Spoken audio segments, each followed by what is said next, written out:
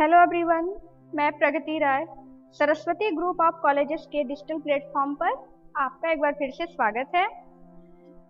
आप पढ़ रहे हैं पोषक तत्वों के बारे में। लास्ट के वीडियो में आपने विटामिन्स के बारे में पढ़ा था। विटामिन्स का वर्गीकरण आप पढ़ रहे हैं, जिसमें जल में घुलनशील विटामिन और वसा में घुलनशील विटामिन के बारे में आपको बताया जा रहा है। जो कि चल रहा है सबसे पहले वसा में घुलनशील विटामिन, जिसमें आपने विटामिन ए के बारे में पढ़ लिया है। अब आपको पढ़ना है विटामिन डी, जो कि यह भी एक वसा में घुलनशील एक महत्वपूर्ण विटामिन है। इसको अस्थि विकृत नाशक विटामिन भी कहते हैं। अस्थि विकृत नाशक विटामिन यानी यह विटामिन अस्थियों के लिए बहुत ही इम्पोर्टेंट होता है। आइए देखते हैं विटामिन डी को। तो रिकेट्स प्रतिरोधक पदार्थों तथा स्टीरॉल्स यौगिक, इन दोनों को ही सम्मिलित रूप से विटामिन डी कहते हैं। यानी रिकेट्स प्रतिरोधक जो पदार्थ हैं और स्टीरॉल्स, इन दोनों यौगिक के मिश्रण को विटामिन डी कहते हैं। और विटामिन डी मुख्यतः दो प्रकार के होते हैं, D2 और विटामिन D3।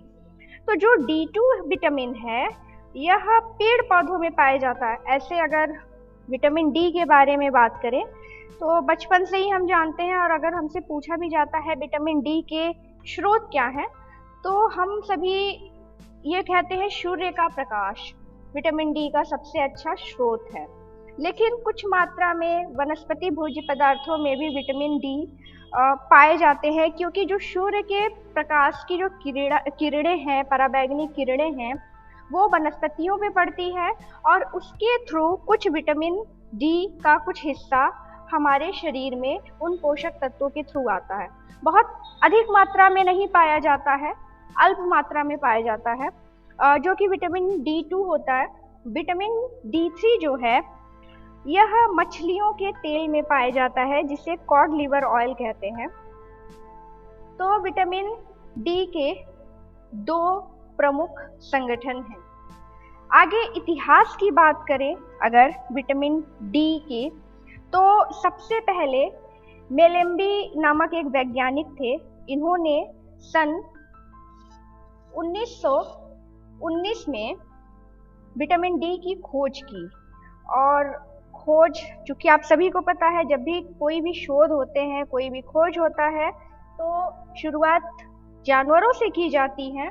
जो भी रिसर्च किया जाता है वो कोई छोटे मोटे जीव जंतुओं पे किए जाते हैं। तो इन्होंने, मेलेम्बी ने 1919 में यह खोज किया। कुछ ऐसे कुत्तों को इन्होंने लिया जिन्हें रिकेट्स नामक रोग हुआ था, रिकेट्स से पीड़ित थे। जब इन कुत्तों को कॉड लिवर ऑयल दिया गया, वही जो मछली के यकृत का तेल होता है, तो जब कॉड लिवर ऑयल दिया गया तो ये जो कुत्ते थे वो रिकेट्स से मुक्त हो गए। रिकेट्स बीमारी इनके शरीर से खत्म हो गई। फिर सन 1922 दोबारा शोध हुआ, और इस बार शोध किया था मैकोलम और उनके साथियों ने।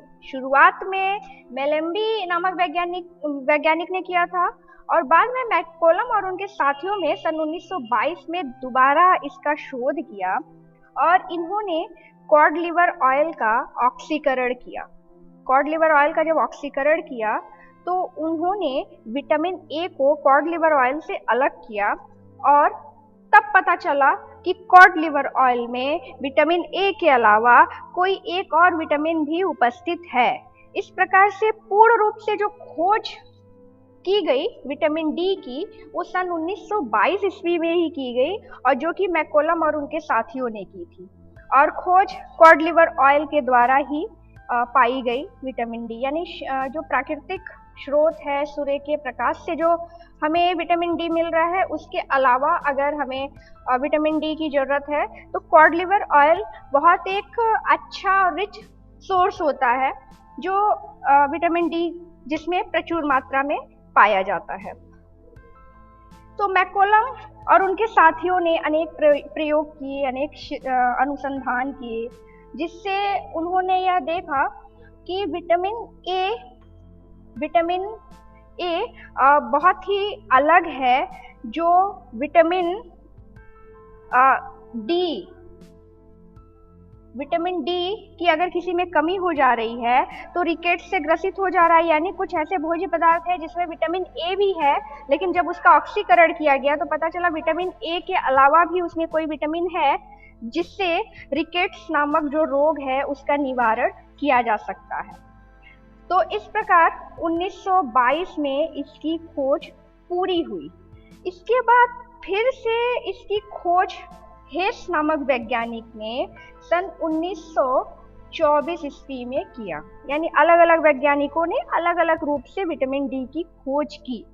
तो सन 1924 में हेस नामक वैज्ञानिक ने पुनः इस पे शोध किया और उन्होंने इस बार भोज्य पदार्थों पे शोध किया, जो कि वही जैसा मैंने पहले बताया था, जो सूर्य से पराबैंगनी किरणें निकलती हैं तो उनका प्रभाव देखा गया और एक निष्कर्ष निकाला गया, कंक्लूजन किया गया कि कुछ ऐसा भोज्य पदार्थ में कुछ ऐसा पोषक तत्व तो जरूर है जो सूर्य के प्रकाश से जो पराबैंगनी किरणें निकल रही हैं उसकी मदद से जो रिकेट्स नामक रोग है उसमें फायदा हो रहा है। यानी एक तरह से रिकेट्स प्रतिरोधी कह सकते हैं। रिकेट्स से बचाव का एक जरिया है जो सूर्य के द्वारा जो पराबैंगनी किरणें निकल रही हैं, और चूंकि जाहिर सी बात है जो भी सूर्य के प्रकाश की जो किरणें हैं वो हमारे एटमॉस्फेयर पे पड़ेगा, पेड़ पौधों पे पड़ेगा, वनस्पति जगत में पड़ेगा। तो इस प्रकार से कुछ भोज्य पदार्थ में पराबैंगनी किरणों का असर अधिक देखने को मिला, जिससे यह निष्कर्ष निकाला गया कि विटामिन D2 उस भोज्य पदार्थ में पाया जा रहा है।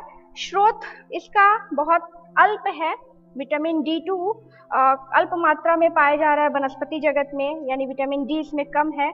विटामिन D3 जो कॉड लिवर ऑयल में पाया जा रहा है वो एक अच्छा स्रोत माना गया है। तो ये विटामिन डी का वर्गीकरण था जिसको दो भागों में बांटा गया था। अब देखते हैं विटामिन डी के कार्य। अब चूंकि जितने भी पोषक तत्व हैं सबके अलग अलग कार्य निर्धारित हैं, इसी प्रकार से विटामिन डी के भी कार्य हैं, जिसमें सबसे पहले आपको दिख रहा है कैल्शियम तथा फास्फोरस के अवशोषण में सहायक। जब आपको मिनरल्स पढ़ाया गया था, जब आपने कैल्शियम और फास्फोरस के बारे में पढ़ा था, तो आपको बताया गया था कैल्शियम तथा फास्फोरस एक सिक्के के दो पहलू की तरह हैं। यानी कैल्शियम तब तक अधूरा है जब तक उसको फास्फोरस नहीं मिल रहा है, यानी कैल्शियम और फास्फोरस एक साथ मिलकर ही अपने कार्य को पूरा कर रहे हैं। उसी प्रकार से कैल्शियम और फास्फोरस के जो कार्य हैं वो विटामिन डी के साथ मिलकर पूरा हो रहा है, क्योंकि यहाँ पे आपको दिख रहा है कैल्शियम तथा फास्फोरस के अवशोषण में सहायक। सारे पोषक तत्वों को भोज्य पदार्थों के माध्यम से हम अपने डेली डाइट में ले तो रहे हैं, लेकिन अगर वो हमारे बॉडी में एब्जॉर्ब नहीं हो रहा है, डाइजेस्ट नहीं हो रहा है, तो उस भोज्य पदार्थ का, उस भोजन का कोई फायदा नहीं है। यानी जब बैलेंस डाइट किसको कहते हैं, जो हमारी एज के अकॉर्डिंग हो, हमारे जो क्रियाशीलता है उसके अकॉर्डिंग हो, जो भी जेंडर है उसके अकॉर्डिंग हो, जलवायु के हिसाब से हो, तो सब कुछ हम देख रहे हैं, लेकिन हमारे बॉडी में जाकर वो एब्जॉर्ब नहीं हो रहा है, डाइजेस्ट नहीं हो रहा है। यानी इंटरनल जो हमारे पार्ट्स हैं, जो पाचन तंत्र हैं, वो सही प्रकार से अगर कार्य नहीं कर रहे हैं तो इन भोज्य पदार्थों का, इन पोषक तत्वों का कोई फायदा नहीं है। तो ऐसे में हमारा शरीर भी उसको अवशोषित करे और उसकी जो पौष्टिकता है वो शरीर के हर एक भाग में, हर एक सेल तक पहुंचे, तब जाके उस पोषक तत्वों का कार्य पूरा होगा। तो इसी प्रकार से कैल्शियम और फास्फोरस हमारे अस्थियों के लिए, हमारे दांतों के लिए, नाखून के लिए बहुत इंपॉर्टेंट है, लेकिन अगर इसका एब्जॉर्बिशन ही ना हो, अवशोषण ही ना हो, एब्जॉर्ब ना हो हमारे शरीर में, तो फिर विटामिन कैल्शियम फास्फोरस अपना काम नहीं कर पाएगा। तो इसी प्रकार से कैल्शियम और फास्फोरस के अवशोषण में विटामिन डी बहुत ही इम्पॉर्टेंट होता है। विटामिन डी छोटी आंत में कैल्शियम और फास्फोरस को क्या करता है, कैल्शियम और फास्फोरस के अवशोषण को नियंत्रित करता है। अगर इसकी कमी हो जाती है इसकी कमी यानी विटामिन डी की कमी, तो कैल्शियम और फास्फोरस का अवशोषण नहीं हो पाता है। और कैल्शियम और फास्फोरस का अवशोषण ना होने के कारण यानी हम उसे ले रहे हैं अपने शरीर में भोजन के माध्यम से, लेकिन वो अवशोषित नहीं हो रहा है, जिससे वो क्या हो जा रहा है, हमारे शरीर से बाहर निकल जा रहा है। और जब शरीर से बाहर निकल जाएगा कैल्शियम और फास्फोरस, तो इसका असर हमारे अस्थियों पे पड़ेगा और हमारे दांतों पे पड़ेगा। अब सेकंड कार्य आपको यही दिख रहा है अस्थियों के निर्माण में और दांतों की मजबूती हेतु। अस्थियों और दांतों के निर्माण और मजबूती हेतु, अस्थियों के निर्माण में कैल्शियम और फास्फोरस सहायक है, दांतों के निर्माण के लिए कैल्शियम और फास्फोरस सहायक है, लेकिन एब्जॉर्ब के लिए विटामिन डी सहायक है। तो एक तरह से अब एक सिक्के के दो पहलू तो ये थे, ये तीसरा भी जुड़ गया। अब चूंकि सिक्के के दो ही पहलू होते हैं, लेकिन विटामिन डी अगर नहीं है तो कैल्शियम और फास्फोरस अपना कार्य नहीं कर पाएगा, और कैल्शियम और फास्फोरस अपना कार्य जब नहीं करेगा तो शरीर की जो आधारशिला है, जो निर्माण का कार्य है, वो बाधित होगा। निर्माण के बाद जो वृद्धि एवं विकास है शरीर में, वो बाधित होगा। तो इस प्रकार से अस्थियों के निर्माण में विटामिन डी का बहुत बड़ा रोल है। कैल्शियम और फास्फोरस हमारे अस्थियों के निर्माण, वृद्धि एवं विकास के लिए आवश्यक है। तो इस प्रकार से विटामिन डी की अगर कमी हो जा रही है तो अस्थियों पे असर पड़ रहा है, असर पड़ेगा कैल्शियम और फास्फोरस पे, और उसका असर दिखेगा हमारे शरीर पे। अगर विटामिन डी हमारे शरीर में विटामिन डी की निरंतर कमी हो जा रही है तो हड्डियों में जो कैल्शियम फास्फेट है उसका जो स्टोर है वो ठीक प्रकार से नहीं हो पाएगा, और रिजल्ट क्या आएगा, अस्थियां जो हमारी हैं, जो हमारे बोन्स हैं, वो बहुत ही कमज़ोर हो जाएंगे, और जाहिर सी बात है शरीर कमज़ोर हो जाएगा, फिर अनेक बीमारियां होंगी। तो इस प्रकार से कैल्शियम और फास्फोरस का अवशोषण होना जरूरी है। अवशोषण अगर नहीं होगा तो बच्चों में रिकेट्स देखने को मिलते हैं। कैल्शियम और फास्फोरस की कमी अगर हो जा रही है, तो कमी हो रही है विटामिन डी के कारण अगर, तो बच्चों में रिकेट्स देखने को मिलेगा, और जो बड़े हैं उनमें ऑस्टियोमलेशिया नामक रोग देखने को मिलेगा, जो कि आप आगे अभी पढ़ेंगे, अभी तो आप कार्य पढ़ रहे हैं। तो इस प्रकार से दांतों की मजबूती के लिए और अस्थियों के निर्माण के लिए विटामिन डी बहुत ही आवश्यक है। नेक्स्ट है रक्त में कैल्शियम तथा फास्फोरस को नियंत्रित करना। रक्त में कैल्शियम तथा फास्फोरस को नियंत्रित करने में विटामिन डी का बहुत बड़ा रोल है। विटामिन, जब कभी हमारे शरीर में विटामिन डी की कमी हो जा रही है तो रक्त में कैल्शियम और फास्फोरस की मात्रा क्या होती है, अनियंत्रित हो जाती है, और इसके कारण जब कैल्शियम और फास्फोरस दोनों ही हमारे शरीर में इसकी मात्रा नियंत्रित नहीं हो रही है, तो अगर जो कैल्शियम और फास्फोरस हैं, अगर इसकी मात्रा अनियंत्रित हो जा रही है तो हड्डियों से निकलकर कैल्शियम और फास्फोरस रक्त में मिल जा रहे हैं। यानी अगर अवशोषण नहीं हो पा रहा है कैल्शियम और फास्फोरस का, तो हड्डियों में जो स्टोर होके रहता है वहां से निकलकर यह रक्त में मिल जा रहे हैं, और रक्त में मिलने के बाद इसकी मात्रा बढ़ जा रही है, क्योंकि हर एक हमारे बॉडी के जितने भी पार्ट हैं, हर एक पार्ट में जिसमें जितना जो भी पोषक तत्व तो उसके जो भी कार्य होने चाहिए, अगर उससे अधिक हो रहा है, उससे कम हो रहा है, तो जाहिर सी बात है इसका बुरा प्रभाव देखने को मिलेगा। तो इस प्रकार से हड्डियों में जो स्टोर हुआ कैल्शियम और फास्फोरस है, अगर वो अधिक मात्रा में हो रहा है या फिर अवशोषण उसका नहीं हो पा रहा है तो रक्त में मिल जाता है, और रक्त में कैल्शियम और फास्फोरस मिलने के कारण इसकी मात्रा बढ़ जाती है।